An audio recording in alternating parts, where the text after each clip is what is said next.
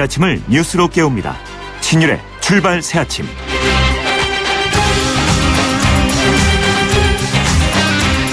요새 정치권은 이른바 특권을 내려놓겠다면서 열을 올리고 있습니다. 그런데요, 이런 정치권의 주장을 보면서 여러 가지 생각이 드는 게 사실입니다. 우선 첫 번째로 불체포 특권에 대해서 개정을 하겠다고 하는데 그거는 좋습니다만 마치 불체포 특권이 현재 국회의원들의 특권의 전체인 양 비춰지게 만드는 것은 아닌가 하는 생각이 드는 게 사실입니다.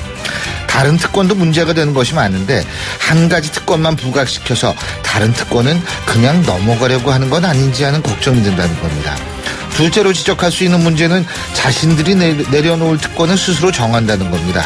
마치 국민들한테 선심 쓰는 양 이거는 내려놓겠고 다른 거는 그냥 놔두겠다는 식의 언급, 그리고 그런 행동은 국민의 세금으로 월급 받는 고용인으로서의 자세는 아니라는 생각입니다.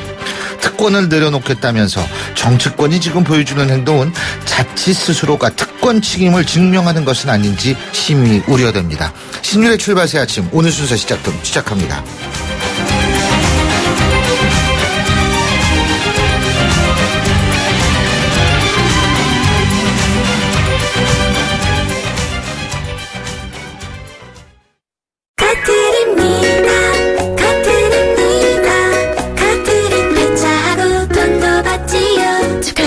폐차하고 보상금 받은 당신도 재활용으로 건강해진 자연도. 돈도 벌고 자연도 지키는 폐차 브랜드 카트리. 1522-5454 카트리로 폐차하세요. 1522-5454. YTN 라디오 신율의 출발 새아침. 지금까지 들어온 뉴스 정리해 보겠습니다. 백병규 시사평론가 함께하겠습니다. 어서 오십시오. 안녕하십니까. 예. 자, 이 IS의 테러 위협 이제는 아시아까지 번진다. 지금 이런 얘기들이 많이 나오는데 방글라데시의 수도 다카에서 그 고거 카페에서 발생한 인질극으로 20명이 죽었죠. 그죠? 근데 외신에는 우리 국민도 포함되어 있다고 해서 한때 우리도 좀 긴장하기도 했는데 다행히 우리는 없지만 불행 중 다행으로 이 일본 인들이 꽤 많이 희생을 했죠. 아주 참 안타까운 일이 발생을 했는데 말이에요. 네, 아무튼 논란 끝 여러 가지 저도 좀 바짝 좀 긴장을 했었는데요. 그 외국인 사상자 중에 그 한국인이 좀 포함돼 있었다. 이제 AP가 이렇게 보도를 하면서도 한국에서 그냥 저희 외교부도 그냥 잔뜩 이제 긴장을 했었죠. 그러나 네. 한국인 피해는 없는 것으로 최종적으로 확인이 됐고요. 자, 이 이슬람 국가와 연계된 그 극단주의 이제 그 무장 조직이 벌인 이제 테러 사건으로 지금 정리가 되고 있는데요. 네, 이 인질극이 발생한 곳 평소 좀 외국인들이 많이 찾는 그 다카의 그 고급 카페였다고 하죠. 무장한 테러리스트 7명. 10시간 동안 이제 인질극을 벌였고 여기에서 이제 말씀하신 것처럼 이탈리아, 일본, 인도인 등 외국인 그 18명이 이제 숨졌습니다. 민간인은 모두 그 20명이 이제 그 사망을 했는데요. 이 테러리스트 그 6명도 이제 그 사살이 됐다고 하죠. 이제 이번 테러가 보여주는 것은 그 이슬람 국가의 그 극단적인 테러에서 일단 서남아시아 안전하지 않다는 것을 보여주고 있는데, 네, 이제 이게 그 동남아시아까지도 오는 것 아니냐.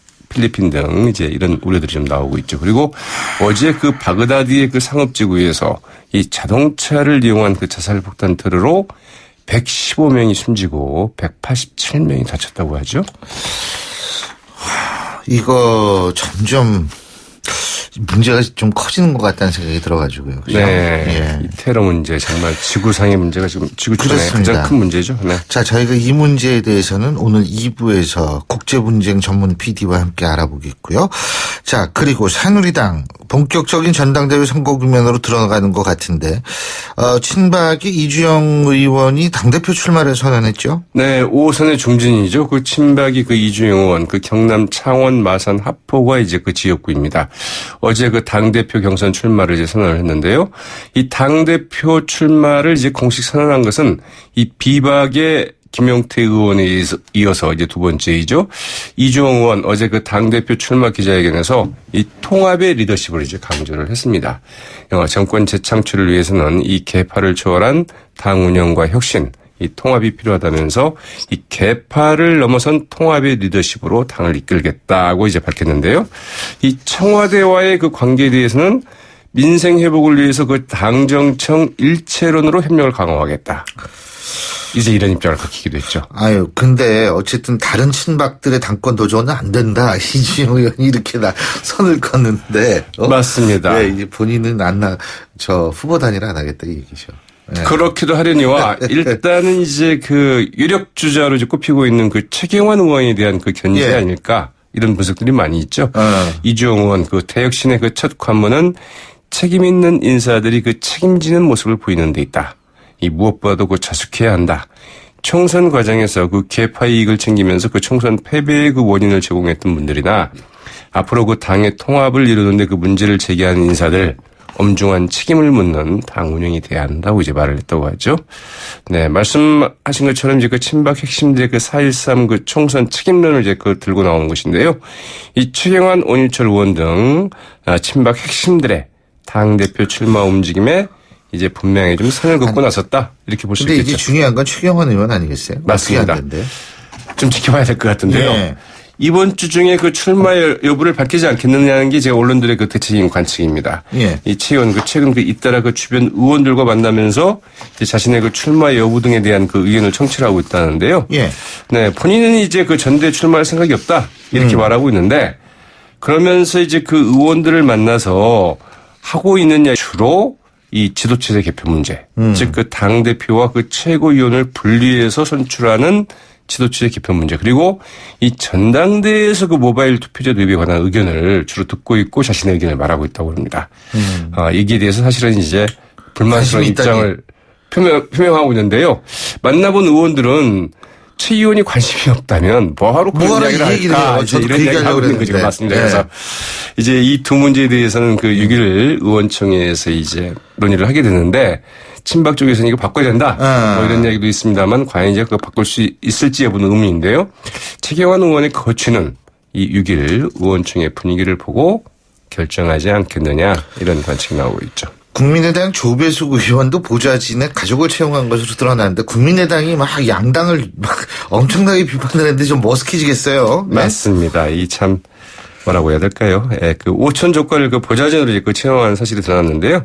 이 지역의 5급 비서관의 지역 사무실에 5급 비서관에 이제 5천을 이제 채용한 사실을 그 당에 보고를 하고 곧 면직시키겠다고 밝혔다고 하죠. 이 조배숙 의원은 그 처음 정치를 시작하면서부터 그 13년 동안 원내외에서 그 같이 해온 사람이다. 이렇게 밝혔다고 하고요.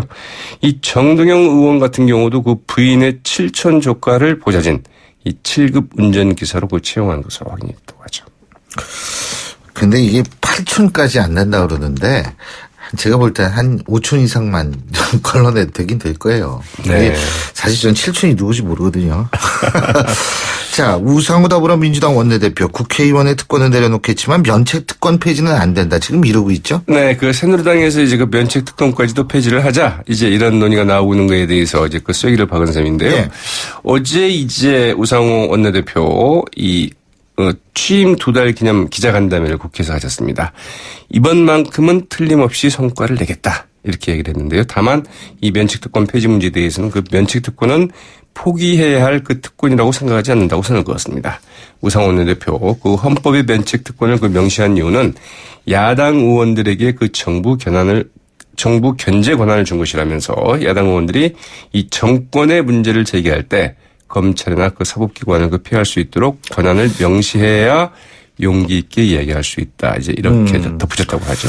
물론 면책 특권이라는 것이 과거 군사 독재 정권 시절에는 굉장한 중요한 그 역할을 했던 것이 사실이죠. 근데 요새 이렇게 보면은 그 근거 없이 얘기를 했다가 일반 사람들에게 피해를 주는 경우도 좀 있지 않습니까? 네, 맞습니다. 뭐 지금 조홍천 의원의 문제 같은 경우도 면책 특권에 해당은 안 됩니다만 하지만 지금 일반 사람을 명예를 뭐 심히 훼손하지 않았습니까? 물론 네. 본인 지금 사과한다고 하지만 그 사과 지금 해서 뭐 해요, 그거.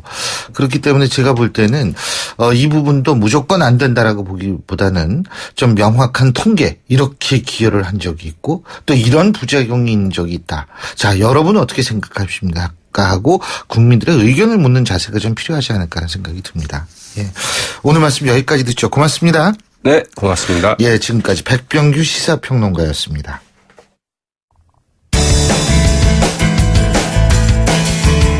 여러분은 지금 FM 94.5MHz로 방송되고 있는 신율의 출발 새 아침을 듣고 계십니다.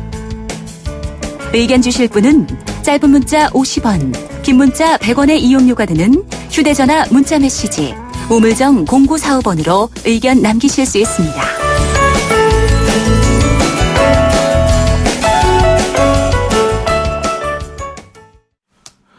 예, 저희가 앞서도 얘기를 했습니다만 8월 9일 전당대회를 앞두고 새누리당 당대표 출마 선언을 하는 분들이 속속 등장하고 있죠. 자, 어쨌든 당대표 출마 가능성 있는 분들 저희가 계속 만나보고 있는데요. 오늘은 새누리당 출마 선언을 하신 분이죠. 김용태 의원 전화 연결합니다. 김 의원님 안녕하세요. 안녕하십니까. 김용태입니다. 예, 공식적인 출마 선언은 제일 처음에 하셨어요. 그죠? 예, 그렇습니다. 예. 빠르게 그렇게 출마 선언을 하시게 된 이유부터 좀 말씀해 주시죠. 권성동 사무총장 파동을 겪으면서 예.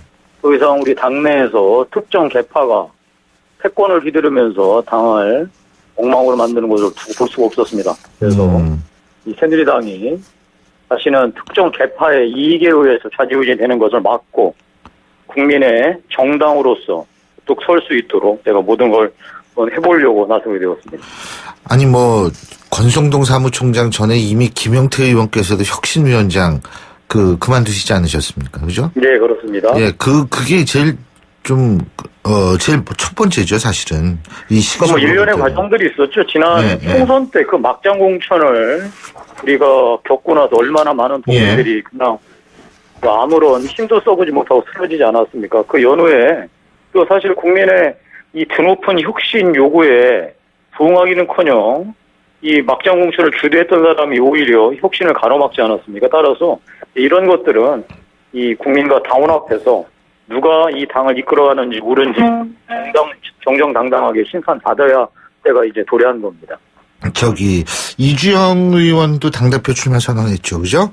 예, 그렇습니다. 근데 친박으로 분류가 되기 때문에 죄송한 얘기지만 김용태 의원보다는 당천 관계가 무난하게 굴러가는데 적합하다라는 평이 나오는데 어떻게 보십니까? 무난한 게 능사가 아닙니다. 지금 이제 지난 총선 이후 국회는 북쪽인 변화를 겪었습니다. 3당 체제가 만들어졌고요. 예. 이 3당 체제라는 건 이제 새누리당이 청와대하고만 관계가 좋다고 국회가 제대로 굴러갈 수 있다라는 생각은 오산입니다. 따라서 이 새누리당도 청와대하고 완전히 새로운 당청 관계를 정립한 연후에 국회에서도 3당 체제의 이 타협과 협상을 만들어내야지 이 국회가 굴러갈 수 있고요. 국회가 굴러갈 수 있어야지만 이 박근혜 대통령 청와대도 이 임기를 사고 없이 마무리 줄 수 있을 겁니다. 따라서 지금 이 당청 관계는 예전처럼 수직적 당청 관계로 원만한 게 능사다라고 생각하는 건 완전 오산입니다. 총선 백서 아직 안 나왔죠? 예, 그렇습니다. 그렇죠. 백서가 아직도 나오지도 않은 아는 것에 대해서 여러 가지 얘기들이 나오는 것도 사실이고. 근데 이제 공천 문제에 대해서 책임자들은 문책해야 된다는 얘기도 나오는데, 아직 이것도 별다른 움직임이 보이지 않고 있는데, 어떻게 보세요? 어제 이주영 우리 의원께서, 이 출마의 변으로, 지난 막장 공천 총선 패배의 책임자들, 당연히 책임 묻겠다고 하지 않으셨습니까? 김용태 의원께서도 이제 그렇게. 예, 저도 그렇게 말씀드렸고요. 이주영 의원님 참 잘 결정하셨고요. 반드시 그렇게 해야 한다는 거 저하고 똑같습니다, 의견. 다만, 누가 지난 막장 공천에서 끝까지 이 막장 공천을 막아내기 위해 노력했는지, 그 연후에 이 막장 공천의 책임을 규명하고 책임자에게 그 책임을 묻게 하기 위해서 노력했는지는 아마 우리 국민과 당원들이 판단하실 거고요. 국민들께서 과연 김용태와 이주영 우리 후보 간에 지난 막장 공천의 진상을 규명하고 책임자를 책임있게 처리하는 거 누가 잘할 수 있는지 아마 판단해 주실 거라고 믿고 있습니다. 근데 지금에 있어서의 새누리당 내에서의 계파 구도로 봤을 때 친박이 압도적으로 많은데 가능하다고 보세요? 저는 지금 이 당을 이진영으로 만든 게 바로 유일 계파인 친박의 책임이라고 확신하고 있습니다. 그리고 이거는 이제 숨기려도 숨길 수 없는 진실이 되어버렸으니까요. 저는 따라서 이번 이 새누리당이 혁신 전당대회라고 한다면 바로 이 당을 이지경으로 만든 친박 패권을 청산하는데 국민들과 당원들이 힘을 모아주실 거라고 믿고 있고 그 혁신의 힘으로 이번 당대표 선거에서 반드시 승리할 수 있도록 노력하겠습니다. 자, 어쨌든 혁신위원장도 그만두시고, 그죠? 이제 당대표 출마를 하셨는데, 지금 그 새누리당의 비대위 이름이 혁신 비대위잖아요. 예. 어떻게 평가하십니까?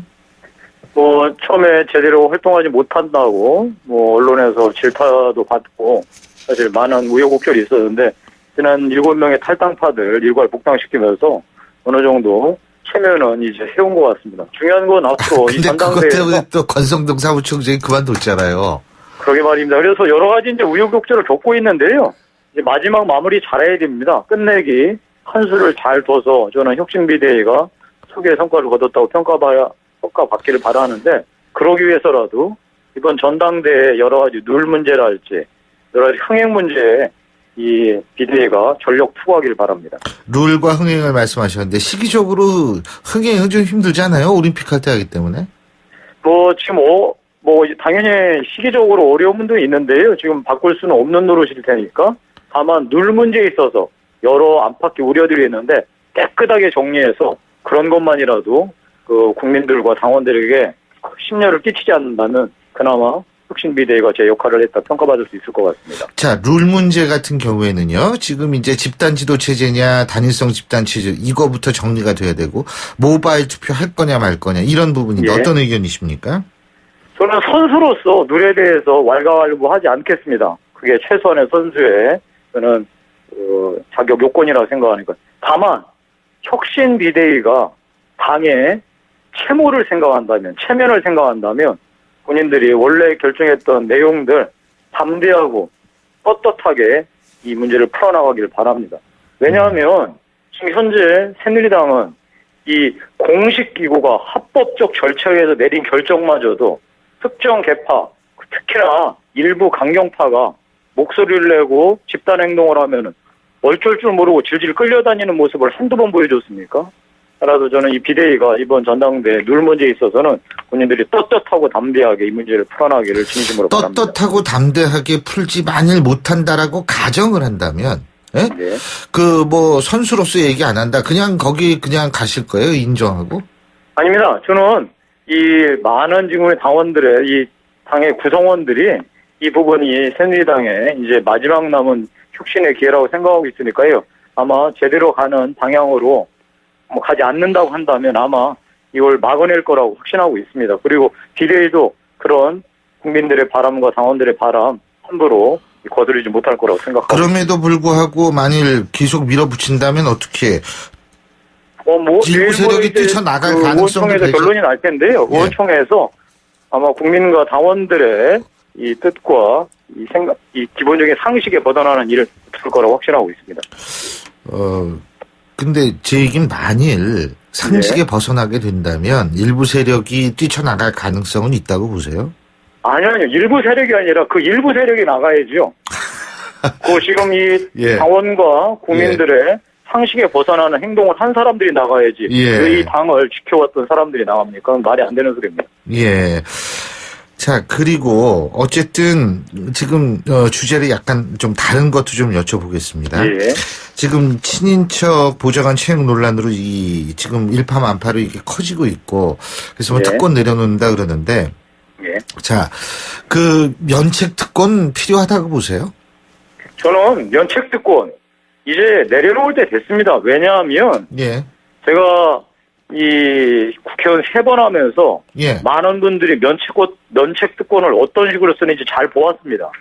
면책 특권이 정말로 국회의원으로서 이 정부나 이 관계 기관들의 잘못된 것을 추상같이 추궁하는 데 쓰면은 아무 상관없지만 그냥 언론에 한번 확 띄워서 문제 제기를 하고 나중에 아니면 말고 식으로 쓰는 것들 너무나 많이 보아왔거든요.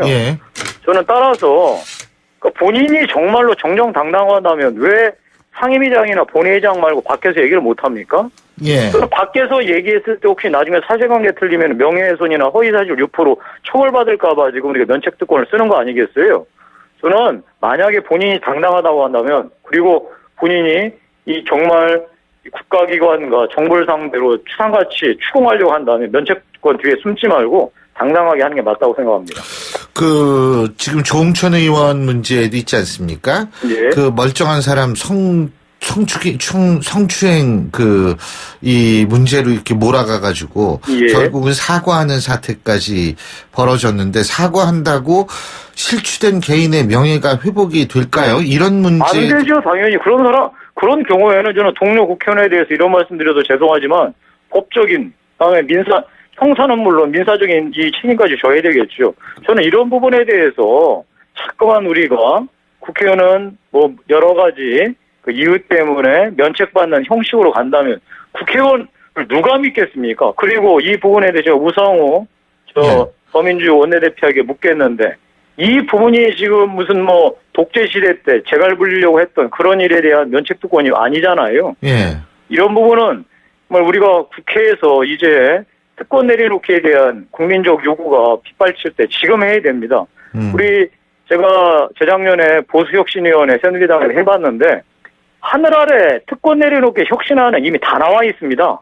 실천 안 할 뿐입니다. 예. 저는 따라서 지금 면책 특권뿐만이 아니라 불체포 특권, 다음에 그 국회의원들 출판 기념회 하지 말라.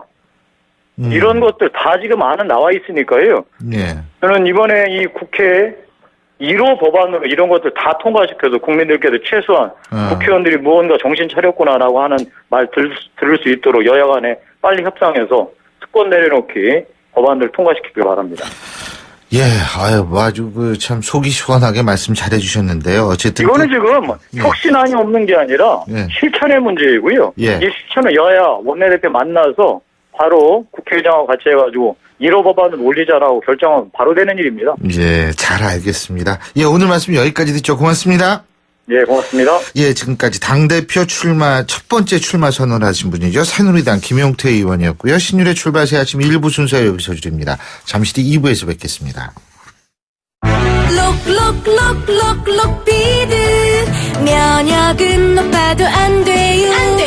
면역은 낮아도 안 돼요. 녹용 추출 성분 록비드 록비드 본 제품은 건강기능식품 광고입니다.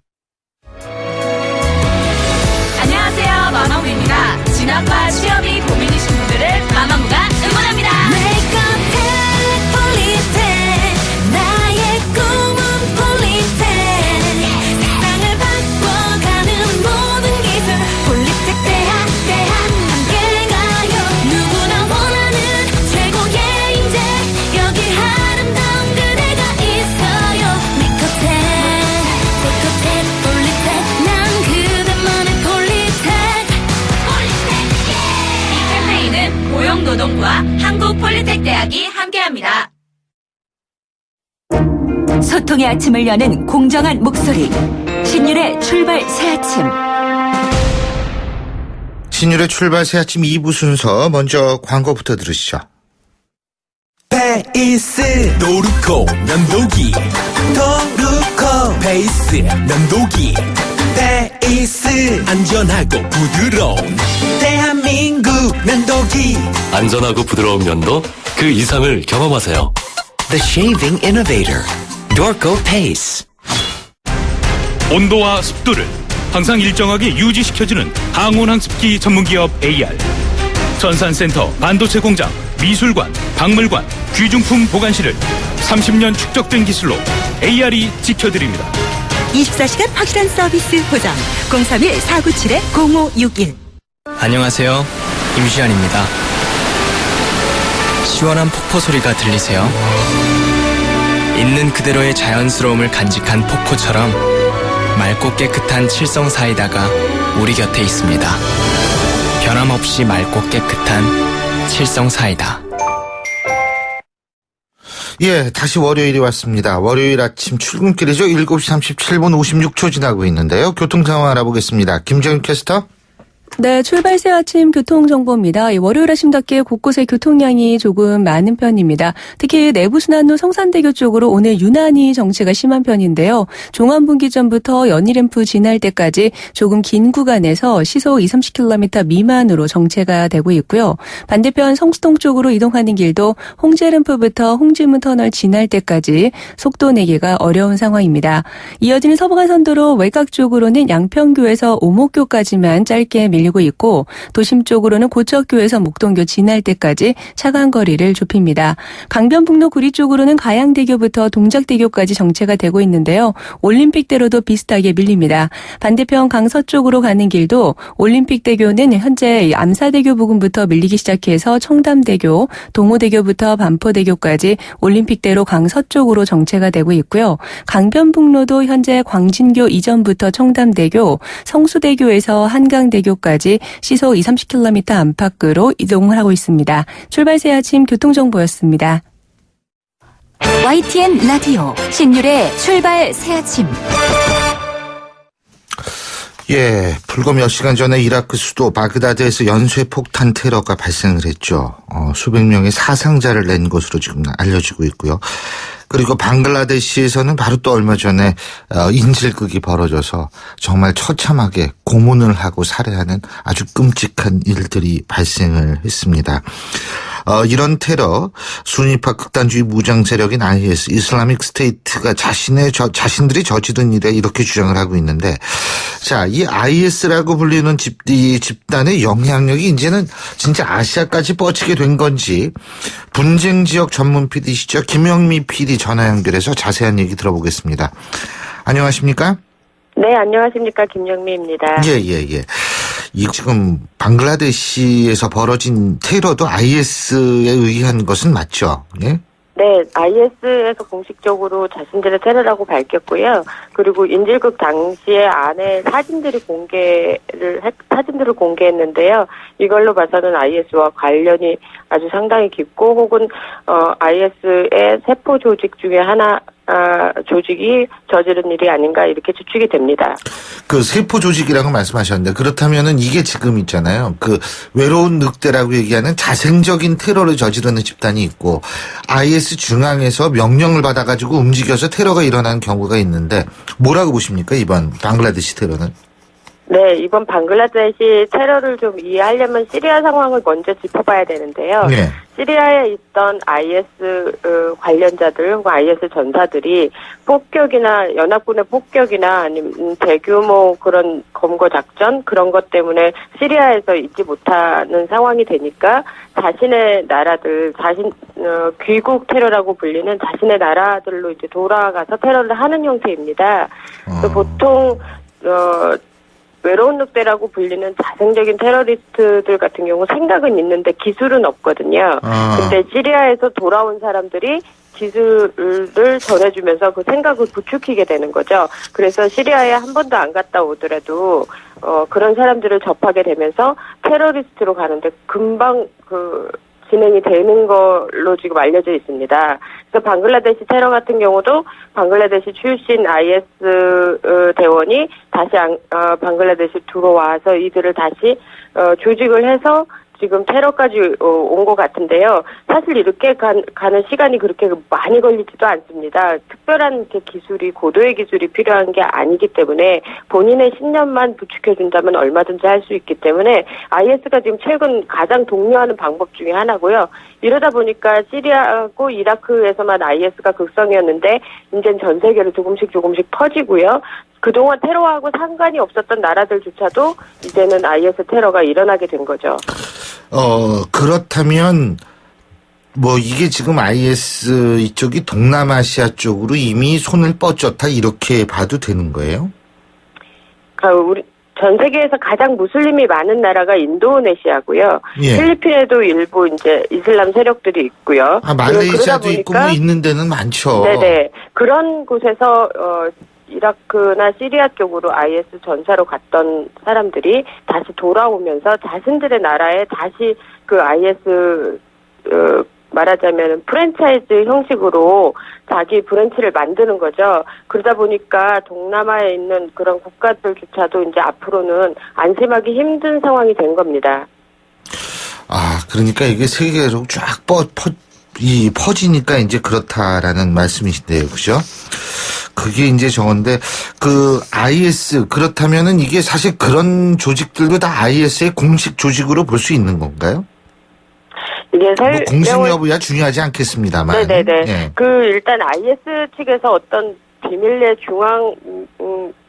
중앙에서 테러를 지령을 내리는 게 아니라 힌트만 주는 거예요. 니네 나라 어디에 가서 외국인을 많이 죽일 수 있고 또 뉴스가 크게 될 수 있고 사람을 많이 죽일 수 있는 장소, 그런 장소를 니네들이 알아서 가서 테러를 해라라는 식의 어떤 메시지를 주는 거죠. 그러면 IS의 중앙 간부들은 방글라데시를 한 번도 가본 적이 없고 거기에 외국인이 어디에 많이 모여서 테러를 하면 가장 큰 효과를 내는지 알 수 없다 하더라도 그 방글라데시에 있는 IS 지부라고 할 수 있는 이런 세포 조직들은 그 힌트만 얻어서 자신들이 스스로 이제 외국인들이 많이 있는 곳을 찾아가게 되는 겁니다. 그래서 앞으로도 그런 나라들, 그러니까 IS가 최근 발표한 본인들의 이제 중앙 세력이라고 하는 이라크, 시리아 나라뿐만이 아니라 그 외에 중간 단계 혹은 지금 진행 중인, 개척 중인 나라들, 이런 나라들을 발표했었는데요. 그런 나라들은 앞으로도 계속 위험해질 수 있겠다라고 보는 겁니다. 발표했다는 그게, 예를 들면은, 테러 대상국, 우리나라도 들어가 그 명단 말씀하시는 거예요? 아니요, 우리나라가 들어간 그게 아니라, 예. 최근 조직도 비슷한 거 말씀하시는 거죠? 웹진에 자신들의 영향력이 미치는 나라들을 쭉 3단계로 구분해서 발표를 했는데요. 예. 가장 세력을 많이 뻗친 곳은 시리아, 이라크다. 그리고 중간 정도 레벨이 필리핀이 들어갔더라고요. 그래서 거기 보니까 프랑스도 있더라고요. 그죠? 네네. 그러니까 본인들의 테러를 할 수 있는 어떤 조직이 되는 곳, 조직력이 되는 곳을 발표한 겁니다. 예. 그런 나라가 19개국으로 일단 늘었고요.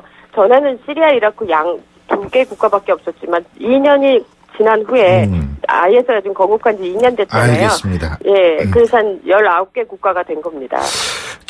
그리고 아까 이제 그 힌트만 준다 이런 말씀하셨잖아요. 지도부가. 예, 어디 가면 외국인이 많다. 이런 그 얘기 제가 그 말씀 들으면서 제가 얼핏 생각난 게 예전에 아프리카에서 우리나라가 정보를 획득했는데 예? IS 그쪽에서 우리나라 예를 들면 특정 강남의 특정 지역을 언급하면서 이 테러를 선동을 했다. 이런 뉴스가 잠깐 있었잖아요. 네네. 그렇다면 그런 것도 지금 우리 김영미 PD께서 말씀하신 지도부가 힌트를 주는 그런 거라고 볼 수 있는 건가요? 네, 그렇습니다. 그렇지만, 그 나라, 그러니까 지도부가, 알려주는 그런 힌트에 비해서 나라, 자기가 있는 그 나라에 어떤 조직력이 되지 못하면 테러를 쉽게 하기가 힘들죠. 네, 그래서 상대적으로 우리나라는 다른 IS가 발표한 19개 국가보다는 훨씬은 안전한 편에 속하지만 안심할 수 없는 것이 우리나라 국민들이 해외로 나갔을 경우가 가장 위험한 거거든요. 지금 현재 학업이나 출장이나 이런 것 때문에 해외로 많이 나가시는데 테러에 대한 정보가 무방비다 보니까 우리가 생각했을 때는 별로 위험하지 않아 보이는 곳, 공항이라든지 어떤 카페라든지 이런 곳이 IS의 먹이가 된다는 사실을 잘 모르는 거죠.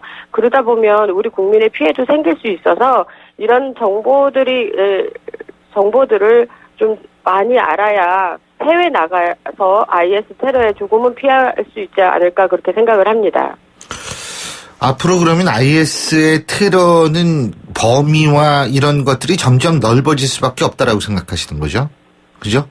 현재로서는 IS의 그 활동이나 이런 걸 멈출 수 있는 가장 뾰족한 수는 없고요. 현재 중동 아프리카를 넘어서 이제 유럽, 아시아까지 말하자면 IS 벨트라고 하는 이 세력권이 넓어진 상황에서 문제는 누가 IS인지 아닌지를 알 수 없다는 부분들도 가장 큰 장애고요. 또 IS 내부에 대한 정보가 그렇게까지 많이 알려지지 않는다는 것도 굉장히 큰 장애입니다.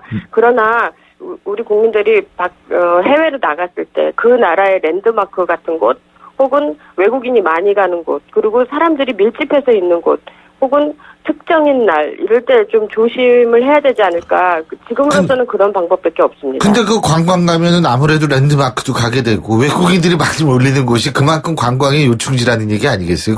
거기 안 가면 무슨 관광 갈 이유가 없는 거 아니에요? 네, 저도 굉장히 안타까운데요. 예. 터키 같은 경우도 그렇습니다. 터키가 우리나라 국민들이 관광을 많이 가는 나라였는데 예. 지금 현재 아타투르크 공항이 테러가 맞습니다. 터지면서 뭐 40명 넘게 사망했죠. 예, 그렇죠. 그래서 그 다음 테러가 또 일어날지 모른다는 긴장감이 가장 큰데요. 그 이유는 IS 전사들 사이에서는 약간의 불문율이 있는데요. 네. 100명 이상이 사망한 사건에 대해서만 이렇게 어느 정도 자기네 성취감을 이룬다라는 그런 트위터가 굉장히 많았었어요. 그래서 실제로 그 프랑스 같은 경우도 그 전에 샤를로 앱도 사건 같은 경우 100명 이상의 테러는 아니었거든요. 예. 근데 이제 경기장 같은 경우 축구장 테러였을 때 그때 100명 이상이 났을 때 좀 소강 상태를 보였잖아요. 예. 근데 이제 터키 같은 경우에도 이번에 공항이 그 아타투르크 공항이 굉장히 번화한 곳이거든요. 그래서 거기를 집중 타격했음에도 불구하고 이제 사망자가 40명밖에 안 됐기 때문에 IS 입장에서는 이것도 좀 더 추가 테러를 할 수도 있는 동기가 될 수도 있다라고 보는 겁니다. 그래서 터키 같은 경우는 우리 국민이 많이 가는 관광지임에도 불구하고 지금 현재 관광지가 굉장히 위험하다고 지금 터키 정보국에서 얘기를 하고 있는 것이죠. 아니 그러니까 결국 IS는 이 사람들 하는 짓범이 결국은 정신병자예요. 이 정신병자. 이게 지금 제대로 된 그 상황 이 사고를 갖고 있으면 어떻게 100명 그걸 기준으로 삼아서 그럴 수 있습니까? 예? 그러니까 보통 사람들이 갖고 있는 상식선에서 이해하기 힘든 조직이고 그런 행동을 하기 때문에 사실 IS를 연구하고 좀 분석하려면 IS 입장에서 생각을 해보는 것도 사실 필요하거든요. 그래서 추가 테러를 막는 거에도 아주 어렵지는 않은 게 이들이 패턴이 있습니다. 그러니까 테러를 하는 패턴. 그 사람이 많이 모인 곳, 뭐 아까 말씀드린 대로 그리고 뭐 랜드마크 같은 곳, 그다음에 시간대가 있습니다. 그 기동한 다음 1시간 후, 그 정도 시간에 가장 위험해요. 그래서 그럴 때는 좀 조심해야 되고 그래서 그런 패턴을 앞으로도 더 연구를 해서 추가 테러를 좀 막아야 된다고 생각합니다. 예, 오늘 말씀 잘 들었습니다. 고맙습니다. 네, 감사합니다. 지금까지 분쟁 지역 전문 PD시죠. 김영미 PD였고요. 신율의 출발새 아침 2부 순서 여기서 줄입니다. 전 8시 10분 3부에서 뵙겠습니다.